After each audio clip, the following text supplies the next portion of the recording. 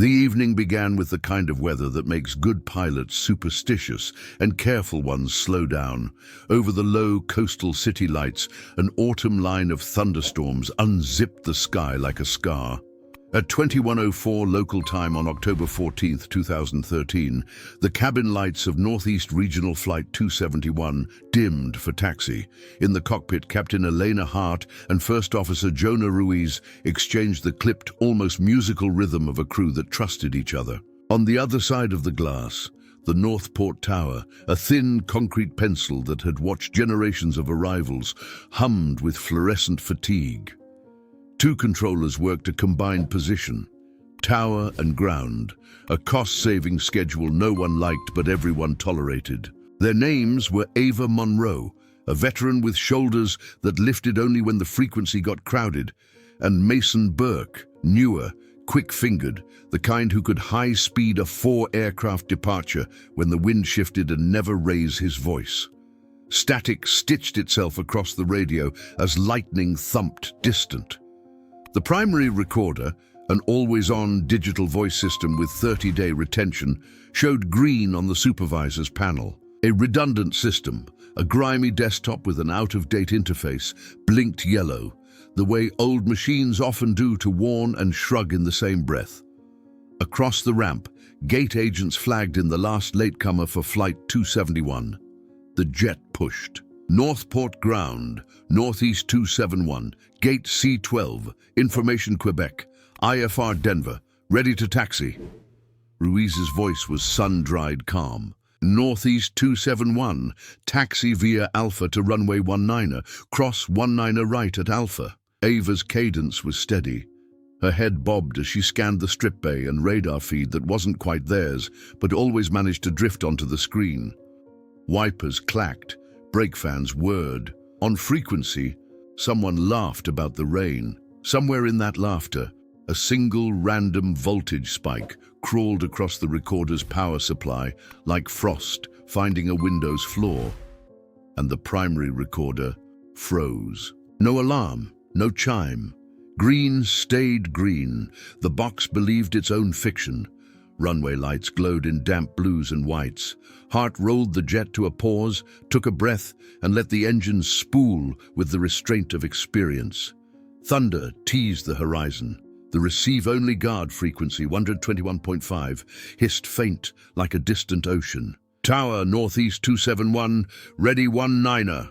Northeast 271, winds 180 at 12, cleared for takeoff. Caution wake turbulence. Mason this time. A fast controller's voice, razor without edge. Hart eased the thrust forward. The aircraft accelerated, the ritual checklist slipping into muscle memory. 80 knots, checked. V1, rotate. Positive rate, gear up. The jet-pierced cloud, St. Elmo's fire scribbled blue traceries along the windshield. Ruiz called for LNAV. The autopilot clunked on. The cabin murmured with headphones and half-closed eyes. At 21:12, the first whisper of trouble, a left-pack caution, and a momentary drop in cabin differential. It reset itself as quickly as it appeared, one of those goblins all flight crews know, and immediately catalogue. A minute later came the call that would later matter more than anyone wanted. Northport, Northeast 271. We're getting a flight control message. Request vectors to hold. On the tower recording that exists today, the one that will be produced to families, journalists, and lawyers, there is no such call. The timeline runs smooth, banal, uninterrupted by anxiety. But in the cockpit, Hart swore she heard a faint doubling of voices, as if another aircraft stepped on their transmission. Ruiz repeated slower. Request vectors to hold. The silence that came back was not just absent, it was pregnant, stuffed with everything a reply would have contained. Hart toggled radios. Ruiz checked a breaker. They tried approach, then tower, back to approach. When the answer finally came, it was a different voice and carried the distinct texture of someone dragged into action mid-thought. Northeast 271, say again. In sequences like these, seconds pretend to be minutes. Hart took manual control to feel the airplane. a pilot's old superstition that sometimes saves lives. The aircraft twitched, not wildly, but with the stubborn unhelpfulness of a system that believes it knows better. A yaw damper flag flickered. Rain gnawed at the nose cone. Ruiz ran the checklist. Hart flew the attitude. We'd like vectors to hold and time to run some checks. Roger, turn right, heading 270, maintain 7,000. The turn was clean, the altitude nailed, the airplane obedient. In the cabin, a baby started crying, as if the storm had finally found the right frequency to rattle her ribs.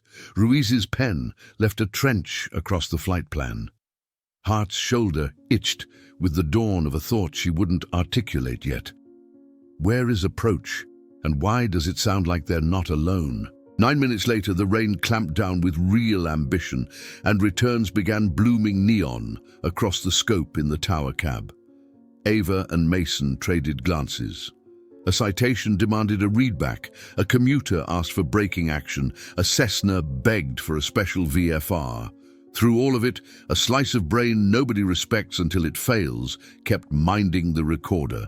And then, obscurely, the redundant workstation blue-screened and restarted. The supervisor's panel still gleamed green. When Flight 271 called with, "We're indicating rudder limiter fault," there was a hiccup captured nowhere official, yet felt by almost everyone on frequency. Mason's eyes flicked to the weather.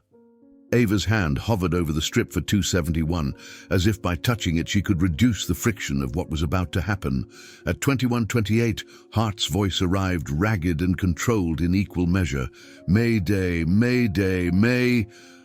The syllables smeared into a howl of carrier wave and thunder. Then came a second voice under hers, almost a whisper.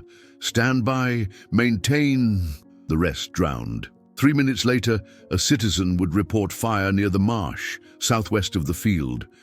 Paramedics would talk about the smell of jet fuel and rain on metal. A firefighter would later say the lightning made the wreckage look like it was trying to knit itself back together. The beacons would spin, dripping red across slick tarmac. And the Northport Tower tapes, when pulled the next morning, would reveal a smooth record with one curious absence. An 8-minute slice of perfect, seamless nothing. The first investigator on scene, Liam Cortez, carried a battered notebook and the wary authority of someone who knew how to hear people before they spoke. He worked for the National Transportation Board, a name that in practice meant balancing math against grief and physics against politics. The wreckage field told stories in rivets and scorch marks. It said the airplane hit shallow, as if trying to land on water. It said the left wing tore first. It said the cockpit door was closed when it struck. By dawn, the FDR, the flight data recorder, was on its way to a lab, and the CVR, the cockpit voice recorder, rode shotgun like the myth it always is, a talisman and a Pandora's box. In the tower, maintenance techs unplugged the digital voice recorders, labeled the drives, and packaged them with forms that had an air of ceremony. Routine looks a lot like reverence when it's done with care. The families gathered the way families do, in 2s and 3s that coagulate into a mass, dragging their own weather with them. Among them was Naomi Hart, Elena's sister, who wore a cardigan too light for the storm and a stare that told anyone paying attention that she would become the story's compass if the adults lost theirs. Naomi's phone filled with messages she would never read, condolences from numbers she didn't recognize. Someone from the airline offered a quiet room. Someone from the airport offered water. At the operations center, Liam asked for the tapes. An assistant manager slid a labeled drive across a desk carefully, like a grenade with the pin halfway out. The report would later note that the chain of custody documentation was complete. It would not note that Mason Burke kept his eyes on the corner of the room where the green indicator light glowed from a rack, steady, lying. Back at the lab, engineers cracked the recorders and turned the voodoo of reconstruction into the banality of software screens. CVR, 4 channels of cockpit audio, last 2 hours, time-coded. FDR, hundreds of parameters, control positions, speeds, angles, engine data, every fraction of a second. They synced them as easily as you clap two hands together. And then they compared it to the tower tapes. The match was almost perfect. Almost. Where Hart said request vectors to hold, the tower tapes offered ambient hum. Where she and Ruiz discussed checklist items, there was a neighboring flight calling for a descent, and the tower replying pleasantly about traffic. Where the Mayday began, the tower tapes delivered routine clearance for a cargo departure, like it was any other night. No gaps, no splices, no dropouts, a surface without seams. Liam didn't say the word conspiracy. Investigators don't. He said anomalies. He wrote phrases like potential misalignment of systems and possible channelization error. He asked the tech to pull raw metadata from the tower drives, hash values, file system timestamps, any fingerprints machines leave when people ask them to pretend nothing happened. The tech returned with a frown and a printout that had too many identical checksums to be natural.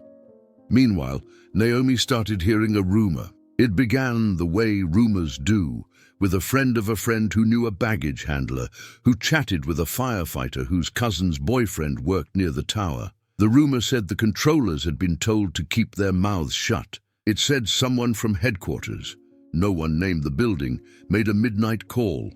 It said the tapes were cleaned before the sun rose. In grief, stories morph into causes. In systems, causes morph into stories. A journalist named Rhea Kim called Naomi polite, calm, the kind who didn't pretend to be less hungry than she was. Rhea said the word Naomi wouldn't cover up. Not because she believed it yet, but because she had learned long ago that a hypothesis loses power if you refuse to name it.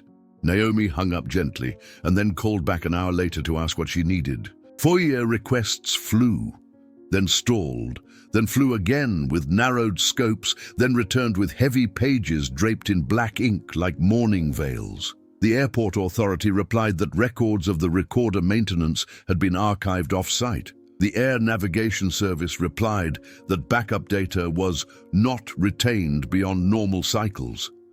The airline released a statement about commitment to safety and trust in the process. Liam returned to his notes, added a line, request unswitched audio from facility.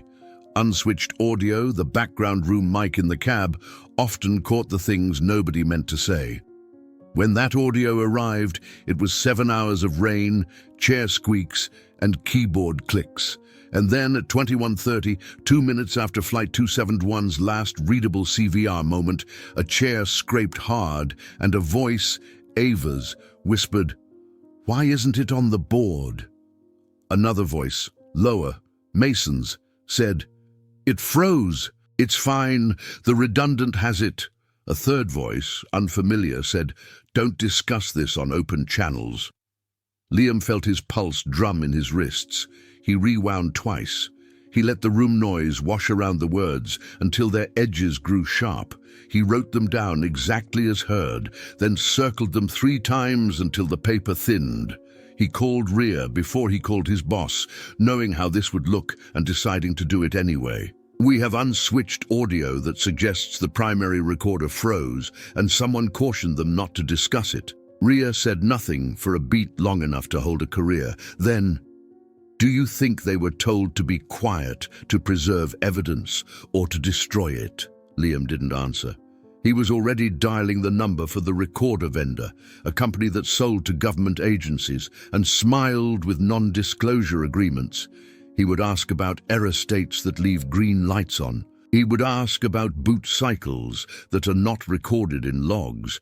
He would ask whether anyone could remove an 8-minute block and stitch time tight so the seam didn't itch. Naomi, for her part, began to carry a small recorder of her own. At vigils, she collected the kind of detail that never makes final reports, but tells the truth of what nights like this are. The smell of rain in a cheap hotel lobby, the taste of styrofoam coffee, the way strangers learn to touch each other's shoulders without asking. She learned the names of gate agents and ramp supervisors and the janitor who worked the midnight shift near the elevator to the tower. He said he saw a man in a suit take a small silver drive from a tech's hand and put it into a pocket. He patted twice, absently, like a person checking for keys. That night, Naomi slept for an hour. Liam, not at all. Rhea wrote the first paragraph of a story she would either win awards for or apologize for the rest of her career. In 3 different homes, 3 people listened to the same rain and heard 3 different futures forming in it. The Tower Cab is a fishbowl by design, a 360-degree honesty where the only shadows are under the consoles. You can watch mistakes approach, and if you're good, you make them back away.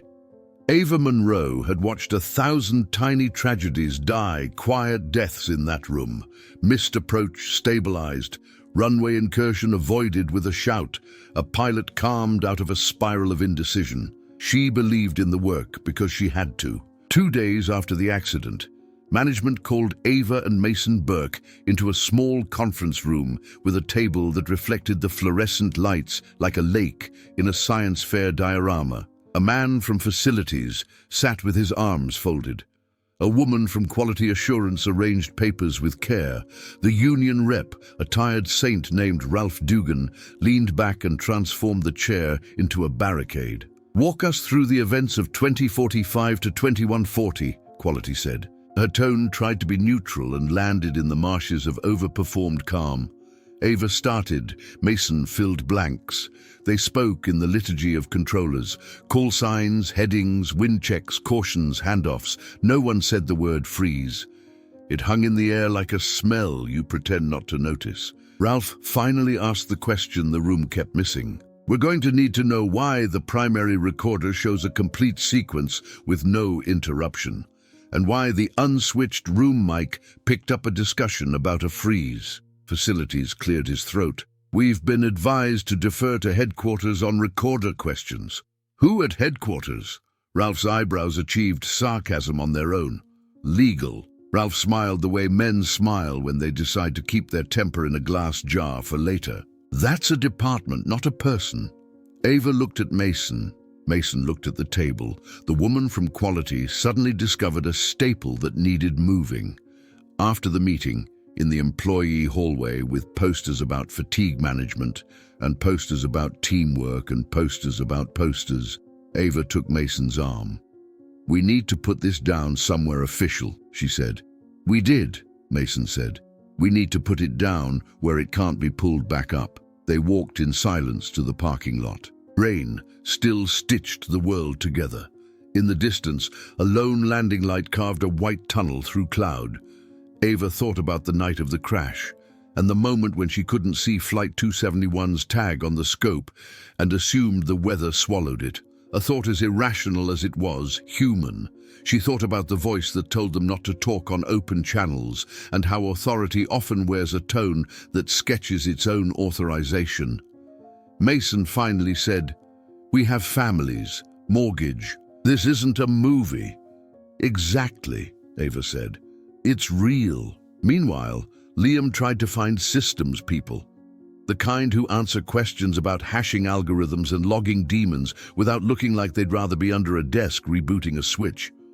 One, an engineer who would only meet in a coffee shop 3 towns away, told him something he already suspected. If the primary says green and the secondary's blue-screened, you have a single point of failure with the illusion of redundancy. It's a design choice. Someone sold it that way because it looked good on a slide.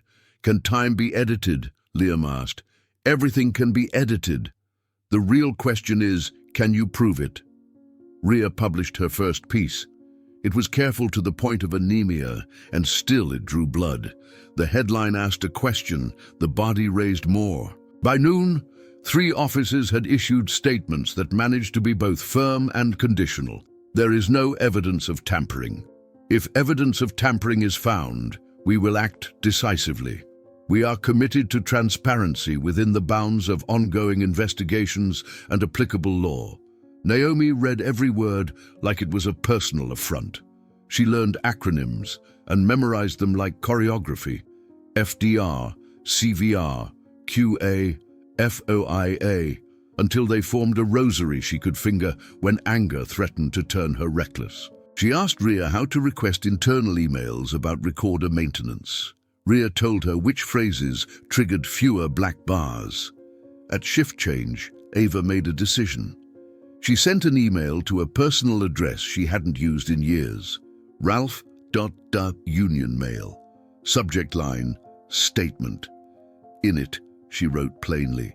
She wrote about the freeze, about the undocumented reboot, about a voice cautioning silence, about a green light that meant less than anyone wanted it to. She blind copied Mason before she could talk herself out of it. Ralph responded in 9 minutes with a single line. Meet me tomorrow. Don't forward this. Don't print it. The next morning, Ava found a note taped to her locker. See me. It was unsigned. In the office, Quality asked if she had spoken to the press. Ava said no. Quality asked if she had shared internal information with parties not authorized to receive it. Ava said no. Both answers, Ava thought, were true in the narrow way the world sometimes requires. In an apartment across town, Mason stared at a blank TV screen that reflected him back like a suspect in a two-way mirror. He deleted a draft email to Headquarters Legal 3 times. He reopened Ava's message, reread it, considered the half-life of courage, and shrank from the calculation. The second article landed like a flare gun in a dry forest. A source in the facility alleged pressure to avoid discussing recorder issues on official channels. It didn't name Ava or Mason. It didn't have to. Inside the tower, the air changed from collegial to careful. In meetings, people repeated words like process and compliance and avoided eye contact with the clock. That afternoon, Naomi received an email from an address she didn't recognize. No greeting, no signature, just an attached audio file and a line. 8 minutes is a long time when the sky is burning. She stared at it like it could bite. When she finally hit play, she heard silence. Then, in the middle, the faintest scrap of human sound, the tail of a syllable, the inhale before speech, the microclick of a transmit key. She sent it to Rhea and then to Liam. Liam sent it to his lab with the kind of priority label that makes people roll their chairs faster. The lab found what humans always miss with naked ears. Statistical regularities that shouldn't be there, a noise floor too uniform, a hiss that suggested compression rather than air. In other words, not natural silence, manufactured. But manufactured by whom wasn't a question labs could answer. Ava drove home past the Marsh and thought about the fires guttering in rain. She parked and sat in the soft tick of cooling metal until the windshield fogged. Then she wrote another email, this one to herself, a letter from her future self to her present. Tell it. Put it in the record. Do it now. She put the car in gear. Somewhere across town, a copier spat out a memo with a new policy. All media requests will be routed to the communications office. Staff will not comment on operational systems. The memo used phrases like, to ensure consistency, and to preserve the integrity of the investigation. It said nothing about the integrity of memory. The vendor rep wore a badge that got him through doors that made other people pause. He arrived with a pelican case, a half-apology smile, and 3 talking points laminated in his eyes. The badge said, Auralink Systems. The case contained a loaner recorder, some pigtail cables, and a laptop with the kind of stickers that say we're serious without naming who they're serious for. Liam met him in a maintenance room that smelled like dust and ozone. Rhea watched from the hallway through a gap in the blinds. Naomi stood farther back, next to a soda machine that had given up on pretending to be cold. Auralinks unpacked the recorder like a priest setting a table. The unit in service at Northport is a DVR 3200B, he said smoothly. Rock solid.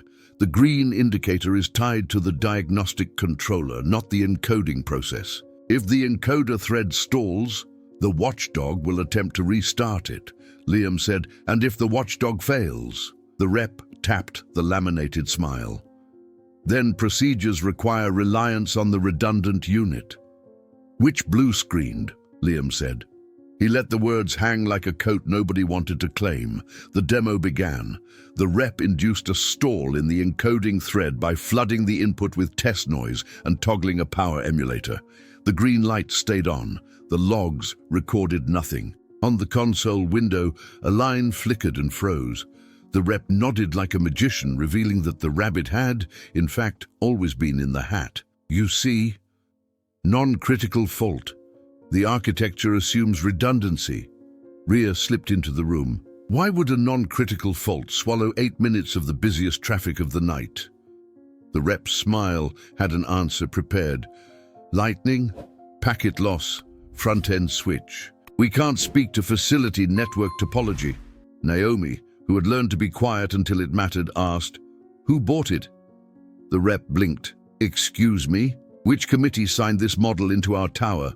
Who said one green light meant 2 healthy hearts?" Later, inside the procurement file, the answer looked like a stack of paper that had been ironed.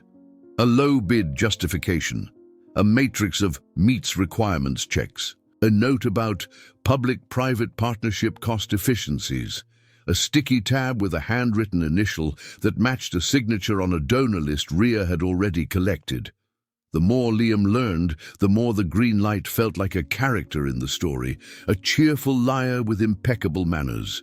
Engineers at the lab replicated the freeze 3 times and developed a name for it, the freeze while green phenomenon. It occurred when a buffer overflow collided with a restart routine that favored uptime optics over actual capture. In plain English, the recorder would rather look alive than admit it needed help. A quality memo surfaced from 2 years before the crash, an internal Auralinks bulletin noting rare but observed stalls where the indicator remained green. It recommended a firmware patch, version 2.8.4, available upon request. Northport's units ran 2.7.9. The patch had never been applied. The maintenance contractor's invoice template had a line for firmware verification, checked and initialed each quarter. Rhea's second piece named the phenomenon without naming the vendor. The headline said, "The green light that lied." The body took care to say what it could and nothing it couldn't. The comments section turned into a bonfire of certainty. Some readers blamed pilots, some blamed privatization, some blamed the weather, the union, or fate. The noise was a fog bank. The signal lived under it like a quiet river.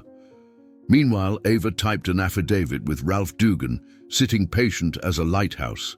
She wrote about the voice that told them not to discuss it on open channels, about the console that hard-locked without logging, about the aftertaste of fear when authority wears a tone instead of a badge. Mason didn't sign. He said he needed time. Ralph said the world would not offer it. At night, Naomi replayed the unswitched audio until she could hear breath between syllables. She began collecting names: the vendor liaison, the airport authority chair, the head of facilities, the legal counsel whose emails always sounded like walls. She drew lines between them with a pen and then redrew them on a larger sheet when her first map became a thicket. The lab sent Liam a spectrogram printed on glossy paper. A rectangle of silence from the tower tapes had the uniform texture of a field seen from too high. No birds, no wind, just color. The same span on a plane spotter's handheld recording, noisy, warbly, the audio you get when your antenna is improvised and your luck is poor, contained human breath and the faint squelch of a keying radio. 2 realities for the same minute of time. Liam wrote in his notebook, "Not a glitch, a choice." Rhea learned long ago that institutions tell you what they value by what they measure and who they invite to lunch. The airport authority measured revenue per gate, on-time departure percentages, and stakeholder satisfaction. Lunch that week belonged to a table of men in navy suits and one woman with a brooch shaped like a compass rose. At the end of the agenda packet, stapled to the minutes from a capital projects meeting, she found a 2-page engagement summary for Auralinks Systems. The summary read like a marriage announcement: shared vision, aligned objectives, cost savings through vendor-managed maintenance. On a separate track, a campaign finance report listed small, legal contributions from individuals whose employers were, coincidentally, Oralinks. The numbers were not shocking, they were precise, enough to be noticed, not enough to be illegal. Naomi attended her first authority meeting and sat in the back with the activists and the retired pilot, who always asked the same question about runway length. She watched the chair, Clive Metcalf, run the room with charm and a stopwatch. Public comment began and ended on time. Questions received answers shaped like answers. When Naomi approached after, Clive offered condolences with flawless eye contact. "We will get to the bottom of this," he said, a sentence that manages to be both promise and parachute. Outside, in air that smelled like Jet A and wet asphalt, Rhea showed Naomi the donor list. Names met names like magnets. The liaison at facilities who had delayed Liam's request for unswitched audio had a spouse who had donated to Clive's last campaign. The Oralinks rep had once served on a business advisory council that provided industry input on procurement criteria. "Is this a conspiracy?" Naomi asked. "It's a gravity well," Rhea said. "Things fall toward power because that's what gravity does." They pushed farther. Meeting minutes from 3 years back mentioned a pilot program to consolidate tower positions. Ground and tower combined during off-peak hours. Cost savings, notable. Risk, acceptable. Controllers called it double stacking. Fatigue studies warned against it. The memo footnoted the study and then misinterpreted it with bureaucratic grace. The night of Flight 271, Ava and Mason were double stacked. Liam, working in parallel, obtained the maintenance logs through a route he did not write down, firmware checks initialed, power cycles noted, a recurring line item for data integrity verification, billed at 1 hour per month. The contractor, Phoenix Airtech, had 2 other contracts with the authority, airfield lighting and jetway hydraulics. Their CEO appeared on the same donor list, a few lines below Oralinks. Mason finally called. His voice carried the hollow of sleeplessness. "They asked me to sign a clarifying memo. Says the green light stayed solid, and therefore, per procedure, we were in compliance. It doesn't mention the freeze. It doesn't mention the voice." "Did you sign?" Liam asked. "I told them I wanted counsel. Ralph arranged it." The counsel looked like a man who had seen a lot of clarifying memos and had a file drawer labeled with that exact joke. He read Ava's affidavit, Mason's draft, Liam's notes, Rhea's articles. "They don't need to buy your silence," he said. "They need to rent your doubt." The next morning, Rhea received a letter from an attorney representing Oralinks. It asserted the articles contained misleading implications and demanded a correction, acknowledging that the company had never been contacted about recorder malfunctions at Northport prior to the crash. Rhea had emails. In one, a facilities tech had written to Oralinks support 2 summers earlier. "Unit intermittently unresponsive, indicator remains green, please advise." The reply suggested a firmware update and offered field assistance at standard rates. Rhea did not publish the email. She called the attorney and read the subject line aloud. Silence. Then, "Off the record, can we see that?" "On the record," Rhea said and hung up. Naomi visited the Marsh for the first time. Dusk turned water into burnt copper. She stood with other families and listened to names read.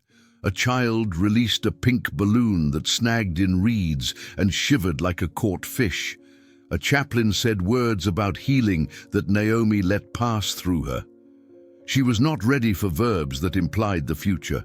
On the drive home, she pulled onto the shoulder of a service road, put her head on the wheel, and let the storm inside finish what the storm outside had started. When she looked up, a pickup sat behind her at a respectful distance.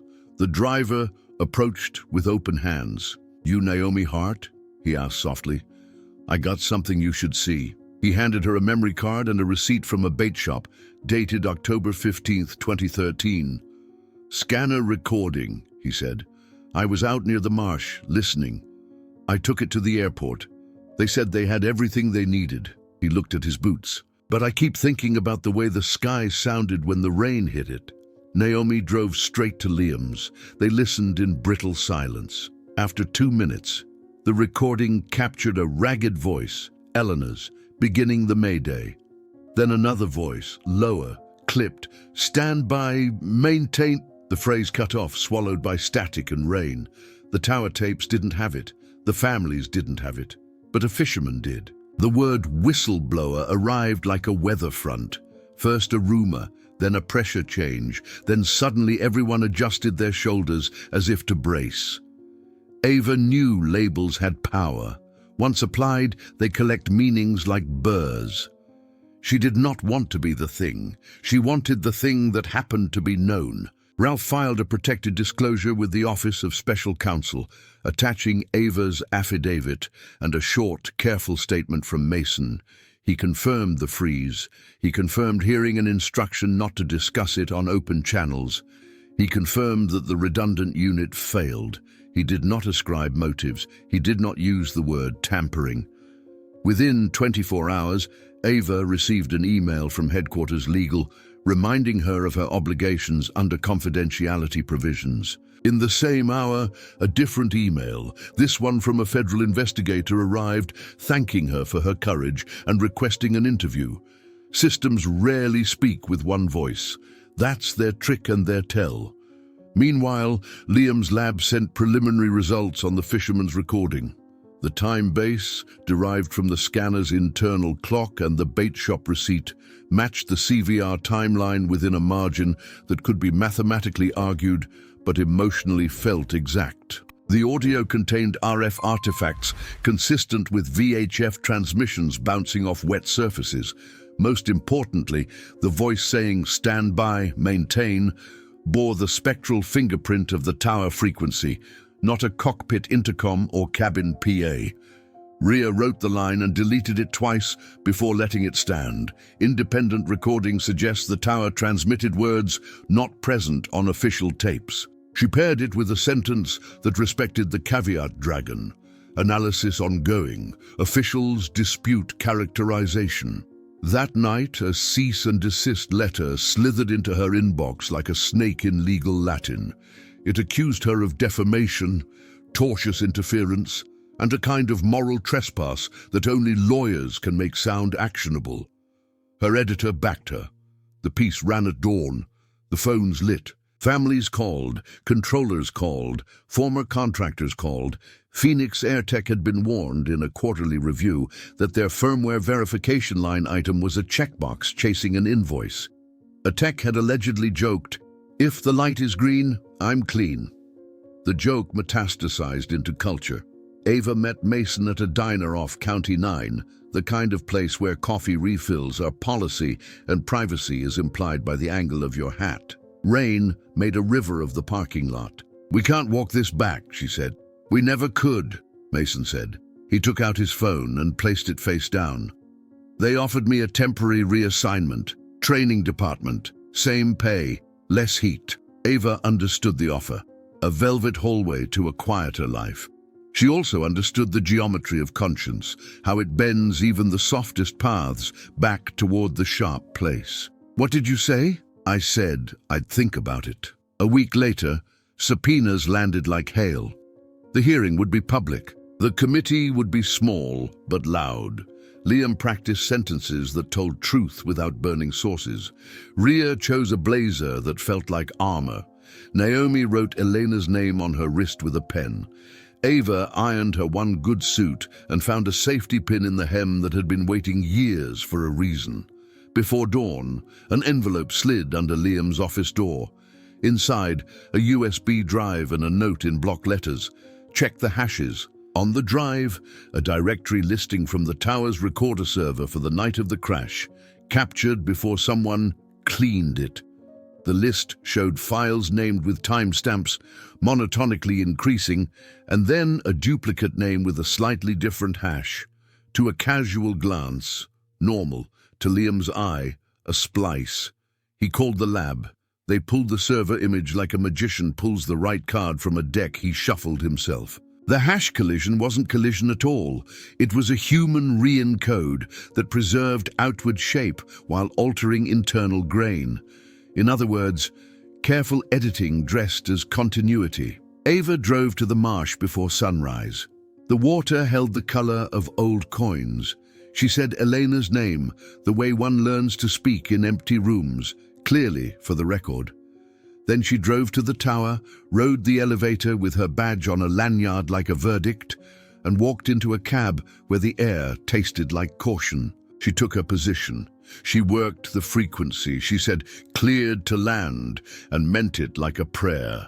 The lab's whiteboard filled with rectangles and arrows, a cartoon of cause and effect. "Cut here," someone wrote, and drew a scissor icon across a line of time. "Stitch here," with a needle threading waveform to waveform. In a corner, a sketch of the recorder's software stack. Capture, encode, write, verify, index. Above verify, a question mark. Auralinx's architecture manual, obtained through a librarian with a stubborn streak, described a write-ahead buffer designed to keep audio flowing if the disk hiccuped. If the buffer overflowed, the system was supposed to drop non-critical frames. But the manual's errata, tucked in a footnote like a secret, noted that dropped frames would later be interpolated during index regeneration to keep timecodes monotonic. The result? A surface of perfect time hiding missing breath under it. Liam's team ran the fisherman's recording against the official tower tape. They aligned peaks, lightning, other transmissions, the meteorological station's routine ATIS update. In the middle, the tower tape showed an ATIS that arrived 2 seconds earlier than it should have, as if time had been tugged like a bedsheet to cover a stain. Meanwhile, Phoenix AirTech defended their invoices with PowerPoint. "Our technicians perform verification consistent with industry standards," the slide read over stock photos of hands shaking across a table. In emails, a project manager used the phrase de minimis to describe small audio discontinuities. That phrase later bloomed in a congressional staffer's memo like a weed transplanted from a lawyer's garden. Ria interviewed a retired Auralinx engineer who remembered firmware 2.8.4 like a regret. "We knew about freeze while green," he said. "We also knew some customers didn't want downtime to patch. They want 5 nines on paper, more than 3 nines in truth." "Did anyone edit the Northport tapes?" Ria asked. "I don't know," he said. "But if I were going to, I'd use index regeneration as my sewing kit." The anonymous USB's directory listing contained another gift, a logon from a service account at 0211, long after the tower closed for the night. The session lasted 8 minutes. A script called rebuild index.ps1 ran twice. The server's clock drifted 3 seconds during the operation, enough for the lab to catch the scent. Ava sat in her car and recorded a message on her phone she might never send to anyone, but wanted to say out loud. "We're taught not to talk on guard, not to clutter emergency channels with nervousness. We're taught to keep the frequency clean. Somewhere along the way, someone decided to keep the record clean too. There's clean like a sterile field. And there's clean like you took a sponge to the blood." Mason finally found his own edge. He forwarded Ria an internal trouble ticket from the summer before the crash. "DVR 3200B, intermittent stall. Recommend patch 2.8.4, scheduling pending tower availability." The ticket closed itself 2 months later, with the note, "Customer deferred to next quarter." Next quarter didn't come. Liam rehearsed how to say the next part to the committee without sounding like an accusation in search of a target. "We have strong evidence that the tower tapes underwent index regeneration post-incident, which can mask missing audio.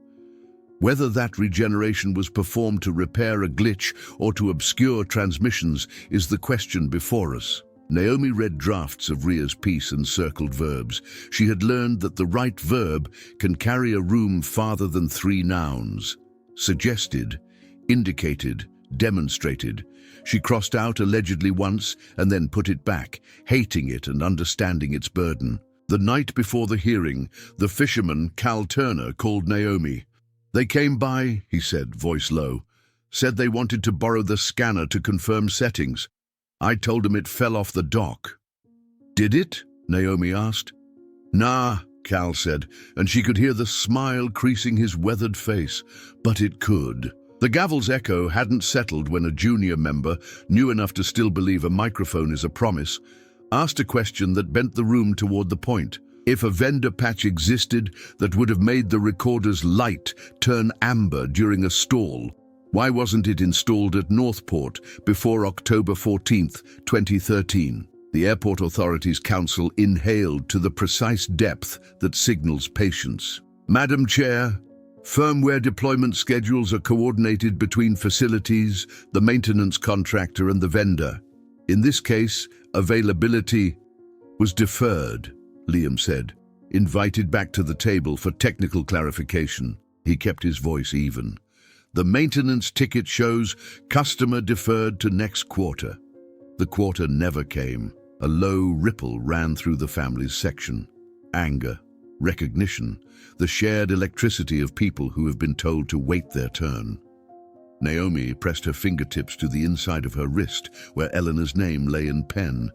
It steadied her in a way no chair ever could. A staffer set a cardboard box by the clerk's elbow. Subpoena returns, rushed by a court with an eye on the headlines. The clerk slit the tape. Inside, printouts of server directories, shift logs, an internal communications framework, with bullet points designed to prevent the kind of sentence Naomi had just spoken. The chair signaled a recess. Reporters uncoiled from their chairs like springs. In the hallway, fluorescent light turned everyone the same color. Rhea caught the Auralink's general counsel by the elevators. "Index regeneration writes new pointers over old time," she said. "Who decided to run it twice between 0211 and 0219? "Your question assumes facts not in evidence," counsel replied, the phrase moving like muscle memory.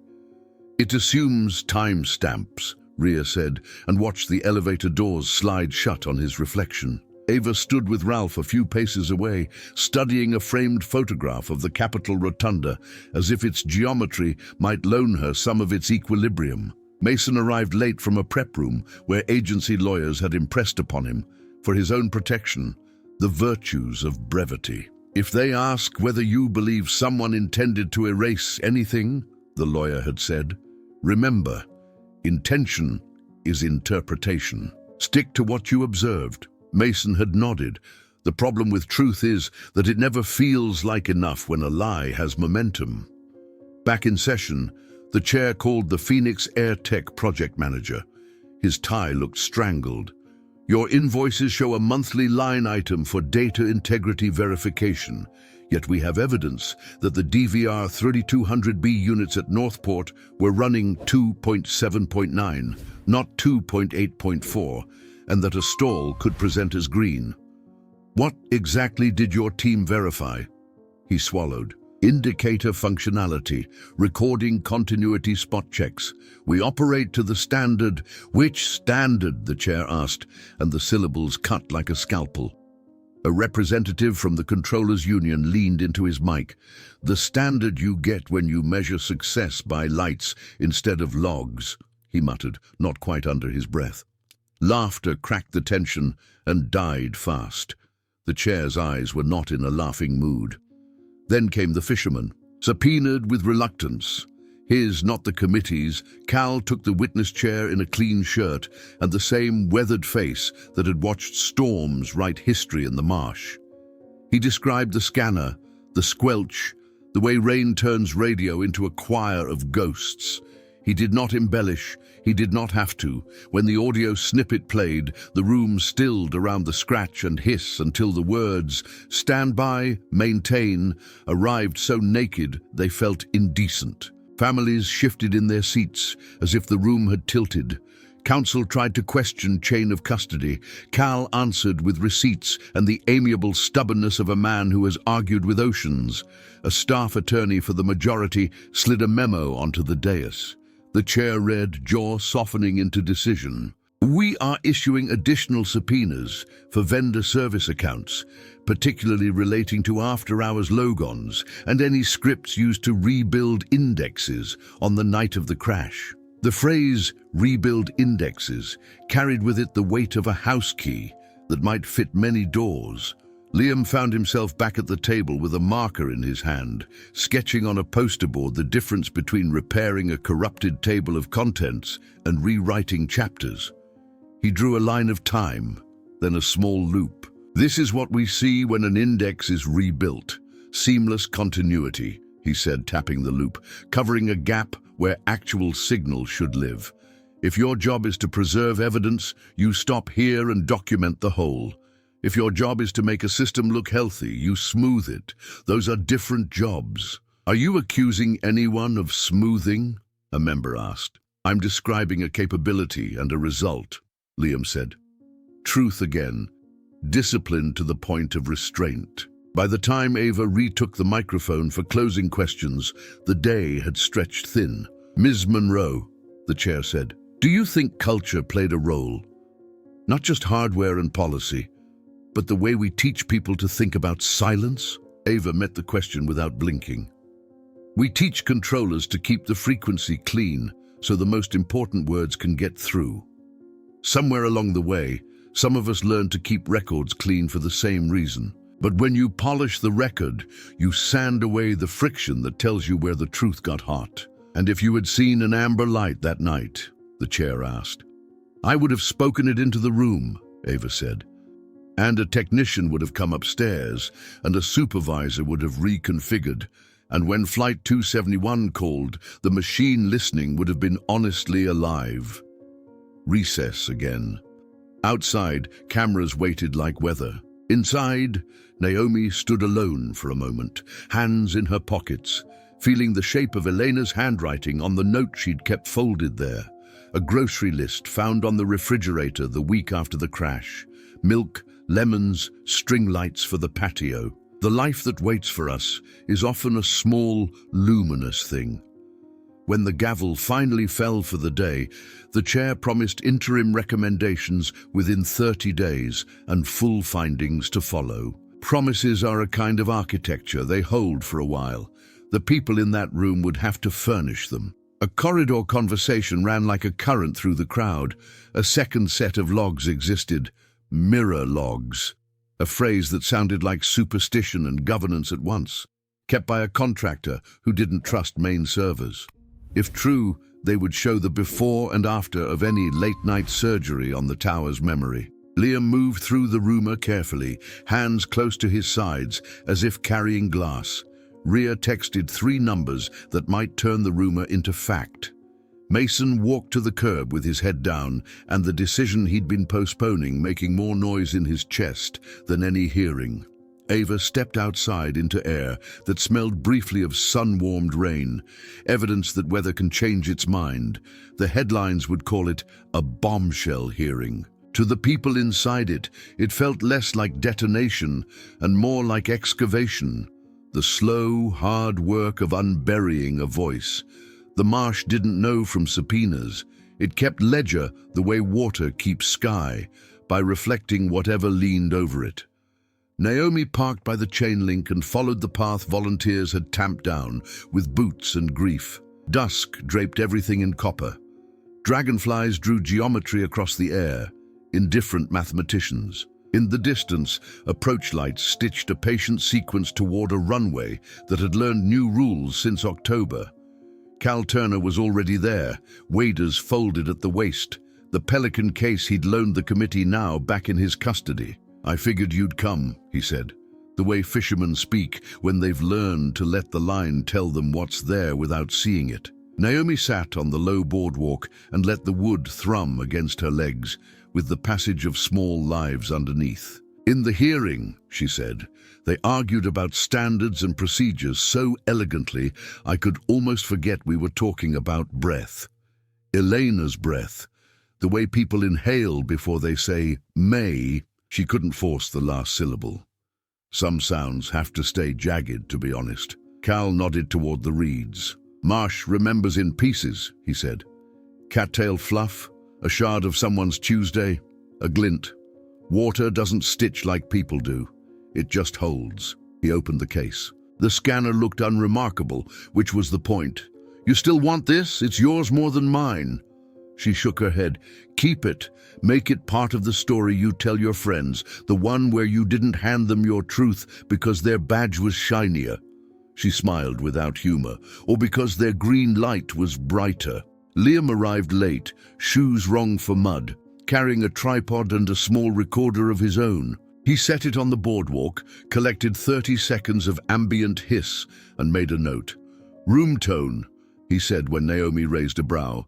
You build truth on top of the room it lived in. He told them about the rumor, the mirror logs, and how a contractor's habit of assuming servers fail could turn into an act of civic virtue by accident. By accident, Naomi repeated, liking the phrase and hating the necessity. They spent an hour mapping the night again. Cal showed where he'd stood, the notch between two sumacs, the place where rain off the water sounded like static in an antenna. Liam read the lab's new write-up, with the fisherman's recording as a spine and the CVR FDR as ribs. The tower's tape could be measured for missing muscle. The numbers sang a familiar song, a repeating noise floor that machines make only when they've been asked to pretend they were always alive. On her phone, a message from Rhea arrived. Firmware 2.8.4 in the wild. Anonymous drop. Lab says it forces the light to tell the truth. Naomi exhaled through her nose, a sound halfway to laughter. So the fix existed the whole time. Fixes often do, Liam said. They just lose to calendars. They walked back toward the lot as night laid its last colors. Do you think they'll charge anyone? Naomi asked. The word charge rang with more meanings than one language should have to carry. If the mirror logs exist and show intent, maybe, Liam said. But systems are good at absorbing blame into process. They say miscommunication and mean choice, say oversight and mean omission. He didn't add what the lab had put into its executive summary, that 2.8.4, installed in time, would have turned green to amber and drawn eyes upward, hands to phones, checklists to life. A week slipped by. The committee's interim report landed with the weight of good paper. It recommended mandatory patch compliance tied to funding, external heartbeats in recorder rooms, little hardware boxes that blink a second opinion into the room, and an end to double stacking during convective weather. It did not name names. Headlines did that work instead, but names in headlines are weather systems. They move on. Naomi wanted names in policy, engraved, not printed. At a vigil, she read from the report to a circle of faces she now knew like family. We will not let machines or men make silence where voices should live, she quoted from a proposed plaque text, and the crowd made the sound groups make when a sentence is exactly the size of what they needed. After, a woman whose son had died in the crash pressed a crocheted square into Naomi's hands. We've been making these, she said, to cover the benches out here in winter, to keep them from being too cold to sit with. Love is the only redundancy that never blue screens. Rhea's next piece threaded policy into people. She wrote about the bench cozy like it belonged in the same paragraph as index regeneration. She named the engineer who had pushed for 2.8.4 internally until he was reassigned to a team that labeled buttons. She interviewed a Phoenix AirTech tech who admitted to initialing firmware checks off the green light because climbing ladders in lightning isn't bravery, it's negligence. Her editor cut the detail about the ladder. Rhea left in the part about negligence. On an ordinary Tuesday, a small box arrived for Naomi with no return address. Inside, a brass nameplate, Elena Hart. Beneath it, a line smaller but no less firm. Because some minutes don't belong to machines. There was no note. Naomi carried it to the marsh and pressed the edges into soft earth, where a new memorial railing had been set. A groundskeeper approached with the particular caution of men who've been told to respect grief more than schedules. "We can mount that," he said. "Proper." He meant bolts and lacquer and permanence. Naomi nodded. Proper sounded right. Ava began volunteering after shifts to talk to classes at the community college aviation program. She told them the story without the names the lawyers said not to say. She talked about human factors the way some people talk about faith, not as doctrine, but as practice. When the light is green, she told a room of students who would one day inherit a sky stitched with competing priorities. Ask yourself what it took for it to be green. Ask who benefits from your quiet. That evening, Naomi and Cal pulled thermos coffee on the bench the crocheters had warmed. Liam joined them with a folder the color of bad news. "Mirror logs," he said. "We have them." The contractor, a man whose job description did not include whistleblowing, had kept a rolling copy for disaster recovery. No one had told him which disasters to anticipate, so he had anticipated all of them. The logs showed the after-hours logon, the script execution, the raindex warnings, the hash recalculations. They showed a note field populated with a sentence that could be read as innocent or weaponized either way. Correction applied for continuity. Naomi felt something in her chest unclench and then clench anew. "Will it matter?" she asked. She meant in the way that changes rooms, not the way that changes headlines. "It might," Liam said, "which is scientist, for I will not promise you the world, but I will walk you there if it exists." Out on final, a landing light bowed through haze. Somewhere a controller said, "Cleared to land," and meant it. In the half-light, the Marsh looked like it always had. Patient, untidy, truthful. Naomi decided to accept that some answers were reeds. They bend, they whisper, they cut if you grab too fast. She could live with reeds. She could not live with green lights that never blushed. Accountability arrived not as a single thunderclap, but as weather that refused to leave. The mirror logs gave the committee what it needed to name a thing without metaphors. Index regeneration, executed post-incident.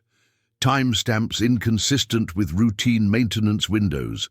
A service account that belonged to a vendor-hired contractor working under a statement of work so vague. It could have covered anything from swapping hard drives to editing history. The contractor called to testify said he believed he was repairing continuity to facilitate review. Intention and effect parted ways in the space between his words and the transcripts. Charges did not jump easily from the page. Prosecutors dislike ambiguity. Systems produce it like exhaust. In the end, a consent decree carried most of the weight. Oralinks paid fines and accepted a third-party auditor for deployments in critical facilities. Phoenix Airtech lost the recorder contract and a few more, replaced by a firm whose sales deck made a virtue of refusing to check boxes without proof. The airport authority rewrote its procurement policy, limiting campaign donations from vendors and requiring firmware patch compliance as a condition of payment. Clive Metcalf announced a voluntary step back that smelled of negotiations conducted in rooms without microphones. None of it brought back a minute. Naomi learned to live with that arithmetic. She learned, too, that some victories are architectural. The external heartbeat boxes blinked in recorder rooms across the region. Amber lights actually meant amber. The new maintenance logs read like journals instead of invoices. A poster went up in the tower stairwell with a line from Ava's testimony: "Keep the frequency clean. Keep the record honest." Mason, now in training full-time, made students say it aloud before sim sessions like a secular prayer. Ria's last story in the series didn't end on the hearing or the fines. It ended on the fisherman's bench, on the refrigerator grocery list, on the crocheted squares, keeping winter from chasing people off the truth. She wrote the sentence her editor called sentimental, and she refused to change. "We are held safe by strangers who decide not to be quiet." It wasn't a thesis. It was a weather report that happened to be about people. Liam closed the battered notebook he'd carried from field to lab to hearing room. On the last page, a list of verbs: stalled, deferred, smoothed, regenerated, testified, fixed. He underlined the last one twice and added listened. Science had given him edges. People had given him the courage to pick them up. And Ava? She stayed in the glass room. She learned the topography of the new console the way you learn a lover's shoulder, by touch, by attention, by letting your hands report. Some nights the sky behaved and she got to be bored. On others she watched storm cells breed in the hills and felt her old fear rise when the frequency got dense. She managed it by speaking, "Say again," when a pilot blurred words.